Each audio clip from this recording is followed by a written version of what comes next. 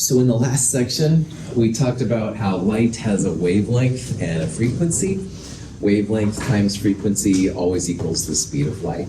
And then we went on using Planck's ideas, how the energy of a single photon is directly determined by the frequency.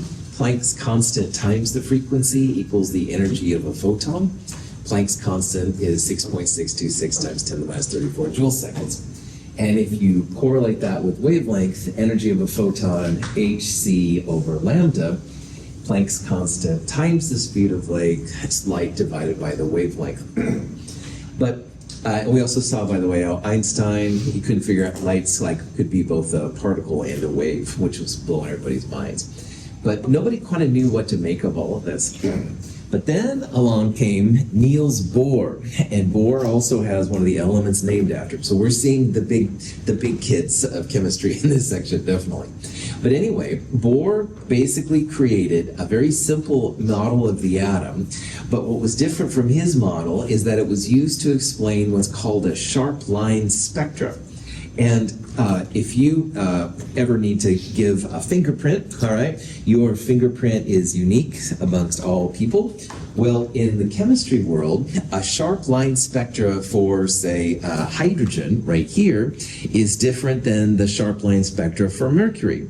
And those are both different than neon, all right? So this is a way that scientists can use, can identify if elements are, for example, on different planets or on different suns. Because if they get the light from those planets and analyze it, they can analyze it for the sharp line spectra and see what's happening. And sharp line spectra were known for a long time, but nobody really understood what was going on. So let's talk about what a sharp line spectra is, and then we'll see how it really blew chemists' minds what Bohr was able to make with it. If we pour methanol onto sodium chloride and ignite it, the flame produced is yellow in color.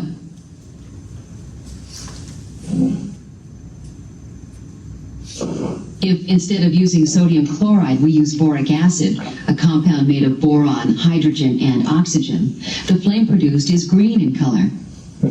Each salt imparts a characteristic color. The emission of light by heated or burning objects provide important clues to our understanding of atoms. If you sit around a campfire at night, almost always the fire's kind of a yellow color, yellow-orange. And that's because around us all the time, there's a lot of sodium. And sodium has kind of a yellow-orange color when it's burned. But other compounds, you can have different kinds of flames. So there's lots of references to dark flames. Those are sometimes from lead or stuff like that. Red is kind of associated with strontium and lithium. So each different element, when it's excited through flames or electricity or whatever, has a color. And this is the idea behind neon lights. If you've ever seen them and stuff at night, they're pretty spectacular. But each element has like its own color associated with it. Now in a neon light, as well as using the raw elements, they'll also use filters to make the colors appear differently. It's a science unto itself, which is pretty cool. But the question then comes, like, why is barium different than sodium, different from lithium? And that's where we're going in this section. If a high voltage is applied to an element in the gas phase, the element emits light. Using a prism, we can split the light into its component colors. Every element emits a distinct set of colors unique to that element. The lights overhead were developed before all of this came around. And of course, these lights are awesome. But here's how the lights work. You basically have a light bulb, and inside is like a vacuum, and they'll put some kind of gas. And as you put electricity into the light bulb, the atoms are excited, and you get the light that we're using right now. And light bulbs are absolutely cool. But scientists went even further. They said, well, instead of using just regular air, what if we put hydrogen in? And what's amazing is that that's where they discovered these crazy line spectrum. So for hydrogen, how this works is when you have a hydrogen light bulb, it has kind of a red-purple look. And we're going to see a hydrogen light bulb on Tuesday of next week, by the way. It's kind of a cool red-purple, perfect for Halloween, if that's your thing, but they're more expensive than regular light bulbs, darn it. But anyway, normal light bulbs for hydrogen aren't as exciting as these. They're not as bright and stuff like that. However, what scientists did, I don't know whoever figured this out, is they then sent that light through what's called a double slit experiment. And what it does is light comes out in 360 degrees. The double slit just gives you a nice plane of light, all right? And if they take that plane light and put it through a prism, bam, bam, bam, bam, 4 lights pop out. These 4 lights, which we'll talk about in lab next week, are red, green, and 2 kind of purple ones. The 5th one over there is weird. Don't worry about that. But those are called, that's what the sharp line spectra is for hydrogen. And hydrogen will always create this nice 4-line set.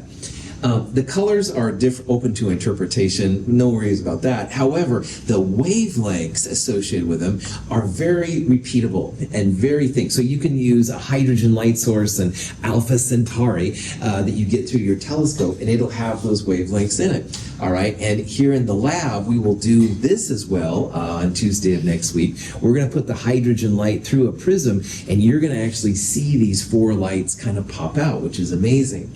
So these are the fingerprints that scientists use for elements. And again, you want to know what elements are on protoplanet and some far star system? Well, if you can collect the light, put it through a prism like this, you can predict what elements are there. And that's really cool. Nobody's able to travel to Alpha Centauri. We can hardly even get to Mars and stuff, right? But with the power of light and these kind of things, you can identify a lot of what's already there, which is pretty cool. So these sharp line spectra are a big deal. It's the fingerprint of elements that scientists use, and it's really, really neat. Now, like all light, they'll have wavelengths associated with them. And again, these light values are very, very well known. This guy, Balmer, was one of the first people to study it. And the 4 lines that we're going to look at are this line, this line, this line, and this line. This one's arguably ultraviolet. Don't worry about that. Some people think that's Balmer or not. But anyway, these 4 lines at the least, and sometimes this one, are called the Balmer series, named after the scientist that first studied it. And Balmer was able to very accurately record the wavelengths. Again, these are visible lines, so they're all in that nanometer region that we talked about earlier. Also, like we talked about, wavelengths are getting bigger this way, and as wavelengths get bigger, the frequencies go down. So this side would have the smallest frequencies because they have the biggest wavelength. This side has the smallest wavelength, so they'll have the biggest frequencies. And energy and frequency are proportional to each other, stuff like that. Okay, so all the propaganda aside, this is a cool way that scientists can use to identify the elements. And nobody understood, like, why hydrogen has these 4 lines. And mercury, as we saw earlier, had a whole bunch of lines. Like, why are there differences? And this really blew scientists' minds for a long time. One kind of fun thing, though, is you can make an electric pickle. Now, if you soak a pickle, make a pickle, you have to soak it in some kind of a salt. So sodium chloride is what's usually used, and sodium has a yellow color, like a campfire. You can actually make the pickle like glow yellow. And it's not because of the pickle, it's the sodium ions inside that. And one time I had a student who soaked pickles with a potassium chloride, like a no salt kind of thing, and he did this, and the thing actually glowed kind of a red color. Potassium has kind of a red color, while sodium has a yellow color. But anyway, either here nor there, every element has its own fingerprints, all right? And again, hydrogen is what we're going to talk about a lot. This is regular, full, visible light from the sun. It's got everything in it. It's the spectrum, all right? And it's beautiful, but we can't tell what's in it. However, if we start separating them out, then we can see, like, here's sodium, here's hydrogen, calcium, stuff like that. Okay, so here's a question you might see. Barium has kind of a green flame when it burns, which is pretty cool. What color would the electric pickle be if you soaked the pickle in barium chloride? And you can probably figure out, unfortunately, it's not pure black flame, which would be fun to think about. But because the barium has a green color, the electric pickle should also have a green color.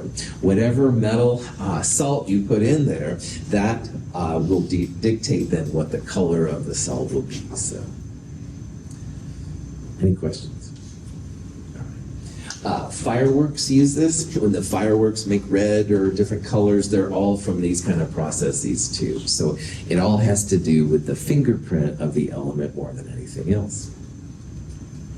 Okay, so here comes Bohr. In the beginning of the 20th century, when they thought about the atom, they thought nucleus in the middle, which everybody is still cool with, by the way. Nucleus has protons and neutrons. At the time, they thought that electrons were rotating around the nucleus like planets around the sun, all right?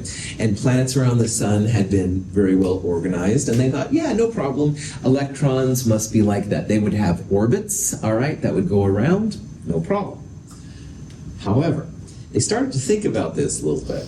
And the difference between an orbit of a planet around the sun versus a proton around an electron, planets and suns don't have positive, negative charges. So they can go around gravity, all that stuff, no problem. But protons, as we talked about, are positive and electrons are negative.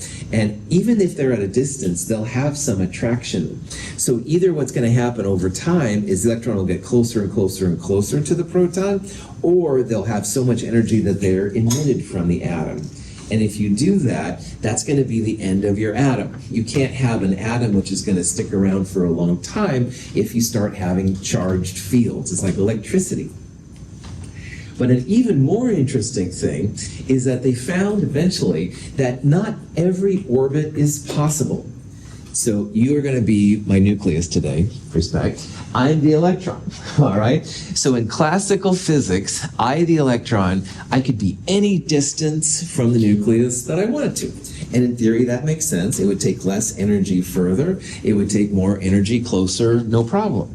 But what they ended up finding, all right, is that maybe I as electron could be this close, or I could be this close, but I couldn't be in between, all right? There were certain distances which were allowed, like this one and that one, but I couldn't be in between, all right? And what the heck, man? That doesn't sound like planets around the sun, because you can have a planet around the sun anywhere you want, you just have to manipulate it and stuff like that. Well, ain't happening in chemistry. So in chemistry, the planets around the sun idea is a cool model, but it doesn't really work very well. All right, there's lots and lots of problems with it. Eventually, the atom's going to just burn up, all right, and you certainly don't have any orbits that are possible, even if you put enough energy into it. So there's something wrong with the planets around the sun model. Questions? All right. So Bohr came along, and he kind of just out of thin air, the blue sky, just said, classical view was just wrong. It's not going to work. So he applied a new idea. He called it quantum mechanics or wave mechanics, and both names are still used right now. And what he came up with the idea is that we can get rid of all those problems if you think of the electron as a wave. So at the very beginning of this chapter 3, I said how waves, we're talking about standing waves, all right? Standing waves are when you have a connection to the other part, you can make them go more up or more down, but there are some places the wave can't be, the nodes, all right?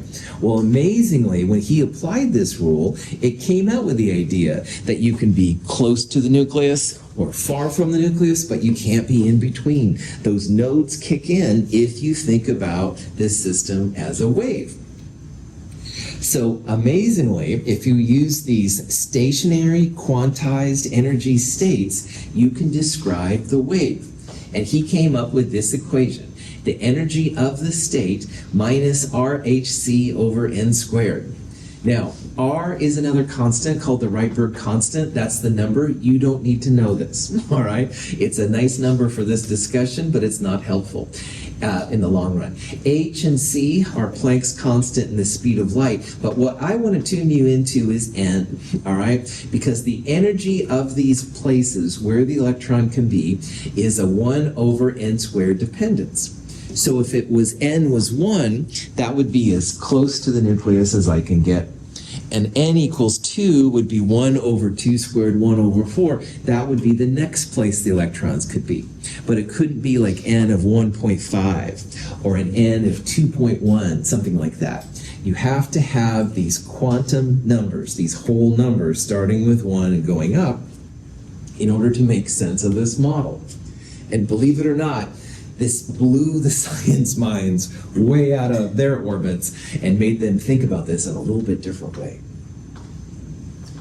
Questions? How did they blow their minds, Dr. Russell? Great question, random student in the back of the room. This is just going to be a little video. So instead of having a nucleus, the nucleus is like right here, and this is the electron. And remember, electrons in this model can only jump from 1 to 2, or 2 to 3, or 3 to 4, something like that. They can't go in between.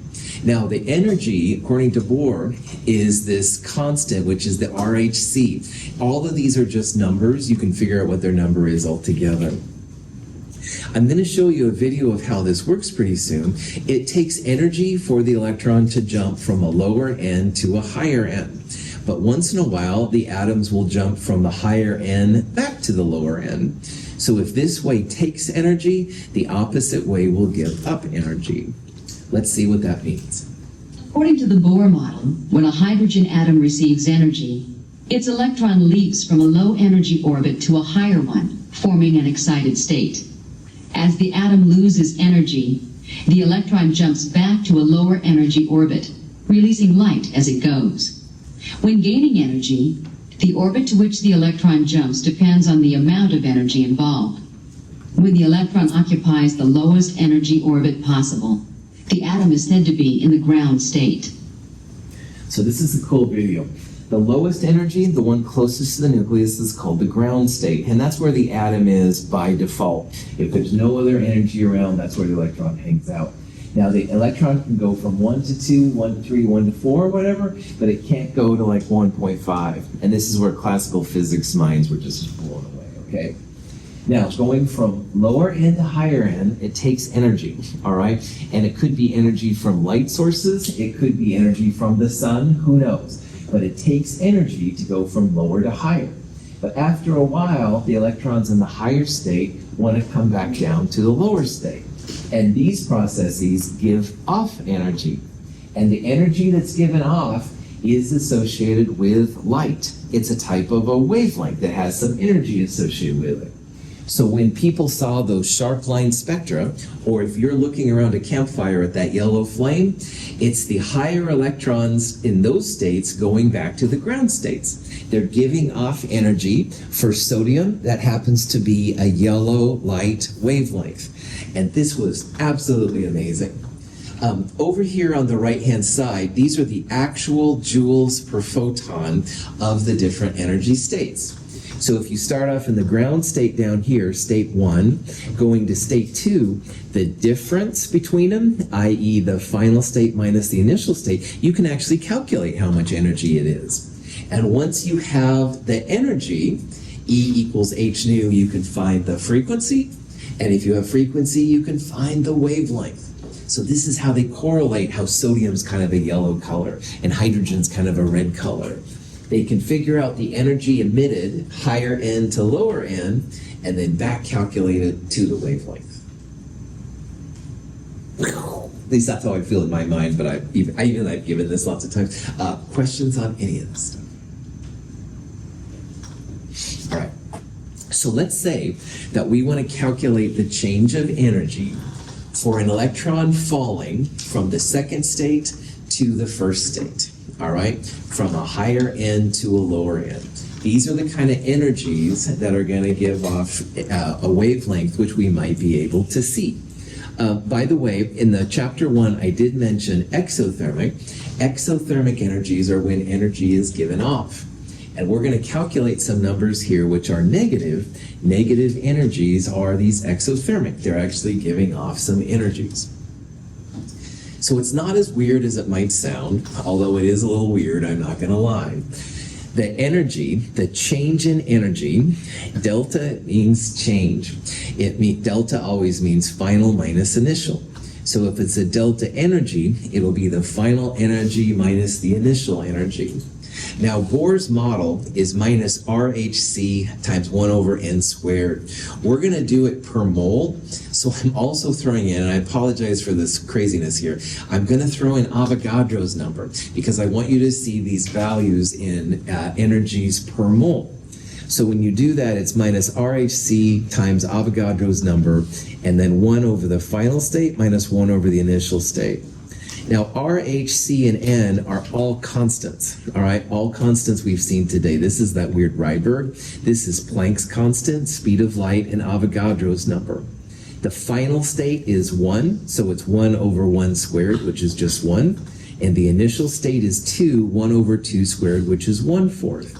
And when you do all this math and you convert joules to kilojoules, 1,000 joules per kilojoules, negative 984 kilojoules per mole is the answer you get. And that may be like, oh boy, this has been a long day, Russell. Why am I excited here? All of these mean energy's coming off. The light is coming out of the source down to us. If this would have been a positive number, we wouldn't have seen anything. But negative numbers, you will see something. Pretty cool.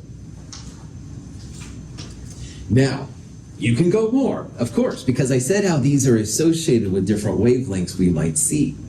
So you can also take that delta E and you can turn it into a frequency and a wavelength. So frequencies and wavelengths will correspond with the values happening. And by the way, here I have a little picture. This shows where the electron was initially. It absorbed 984 kilojoules of energy to get to state 2. But what we're measuring now, we're measuring as it goes from 2 to 1.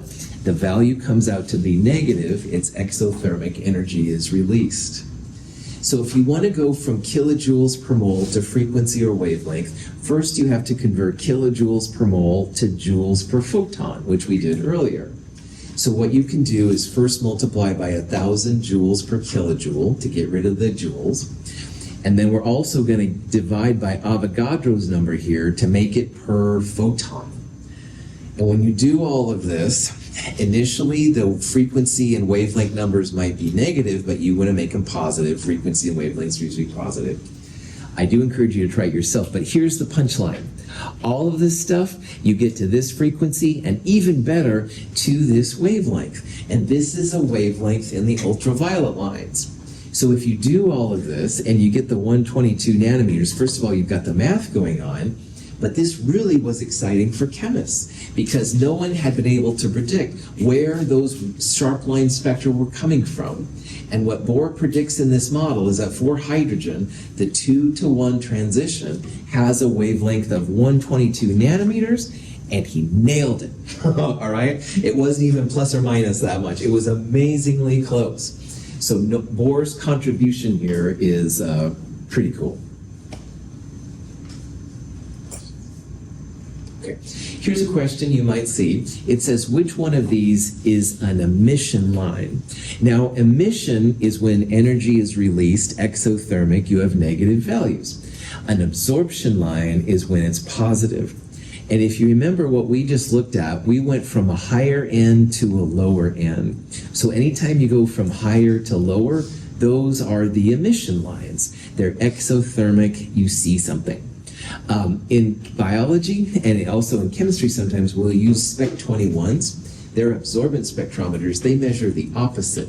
But we're not as interested in that. We just want to see the emission lines in this discussion. Question? Okay. Absorption and emission are complementary. The energy can be, if it's absorbed by a sample, you measure kind of like what goes through.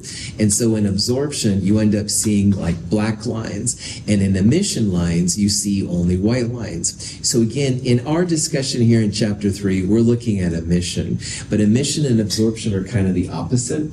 If you're a fan of CSI and forensic shows, they're using emission and absorption quite a bit to determine like what the person had in their blood or what kind of things are sprayed on the walls, stuff like that. Very powerful analytic techniques if that's what you're interested in.